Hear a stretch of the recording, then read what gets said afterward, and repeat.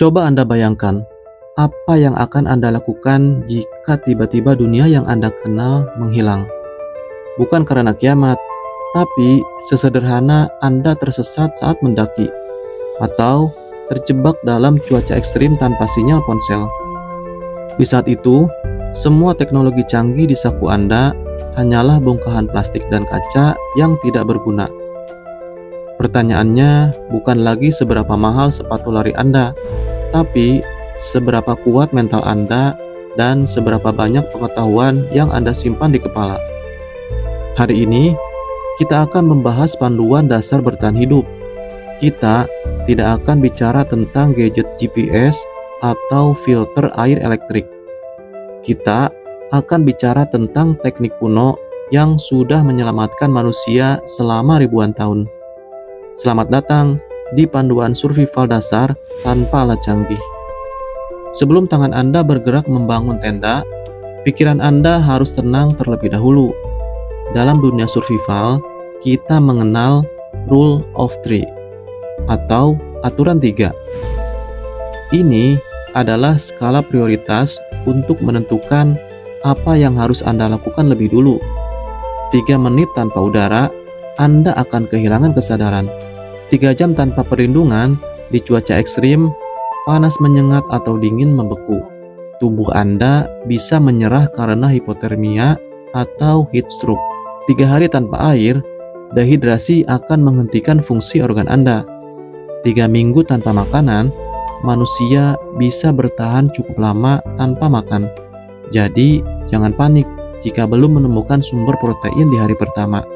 Kesalahan terbesar pemula adalah mereka sibuk mencari makanan di jam pertama. Padahal, matahari mulai terbenam dan suhu mulai turun. Ingat, tenang, berpikir, baru bertindak. Shelter atau tempat berlindung adalah prioritas utama setelah Anda memastikan diri aman dari ancaman langsung. Fungsinya bukan hanya menahan hujan, tapi menjaga suhu tubuh. Tanpa tenda, gunakan metode lean-to atau A-frame. Cari pohon tumbang yang kokoh sebagai tulang punggung. Sandarkan dahan-dahan besar secara rapat. Yang paling penting, bukan bagian atapnya saja, tapi alasnya. Jangan tidur langsung di atas tanah, karena tanah akan menyedot panas tubuh Anda. Gunakan tumpukan daun kering atau ranting kecil setebal 20 cm sebagai kasur alami. Ingat, buatlah shelter yang pas dengan ukuran tubuh. Semakin luas ruangan di dalam, semakin sulit tubuh Anda menghangatkannya secara alami. Air adalah nyawa, tapi air yang salah bisa menjadi racun. Jangan pernah meminum air yang tenang atau tergenang tanpa diolah, karena bakteri dan parasit mengintai di sana. Jika tidak ada wadah untuk memasak air, Anda bisa menggunakan teknik transpirasi. Ikat plastik, jika ada, pada dahan pohon yang berdaun rimbun. Penguapan dari daun akan menghasilkan tetesan air bersih di dalam plastik. Jika harus mengambil air sungai, carilah yang mengalir deras. Jika tidak ada api untuk merebus, buatlah filter alami bertingkat menggunakan botol bekas atau bambu yang diisi dengan lapisan batu kerikil, pasir, dan arang kayu. Arang adalah penetral racun alami yang luar biasa. Api adalah moral. Selain untuk memasak dan menghangatkan diri, api memberikan rasa aman secara psikologis.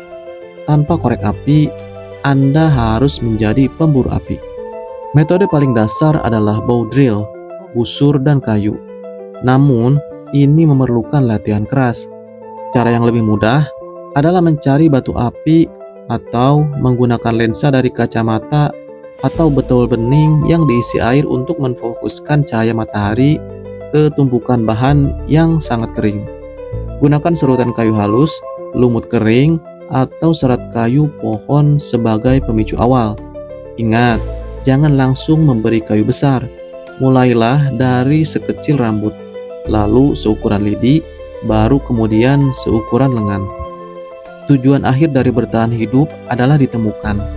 Jika Anda tetap di satu tempat, buatlah tanda visual yang kontras dengan alam. 3 tumpukan batu besar atau 3 api unggun dalam garis lurus adalah simbol internasional untuk minta tolong. Jadi, jika harus berpindah, gunakan matahari. Matahari terbit di timur dan terbenam di barat. Tancapkan tongkat di tanah, tandai ujung bayangannya, tunggu 15 menit, dan tandai lagi. Garis di antara 2 titik itu akan memberitahu Anda arah barat dan timur yang cukup akurat. Survival bukan hanya tentang teknis, tapi tentang kemampuan untuk hidup. Alam tidak jahat, dia hanya tidak peduli. Kitalah yang harus beradaptasi. Pengetahuan yang kita bahas hari ini semoga hanya menjadi simpanan di memori Anda dan tidak pernah Anda gunakan. Tapi, lebih baik menjadi seorang prajurit di taman daripada menjadi seorang tukang kebun di medan perang. Tetaplah belajar, tetaplah waspada, dan yang paling penting, hargai alam di sekitar kita. Sampai jumpa di panduan berikutnya.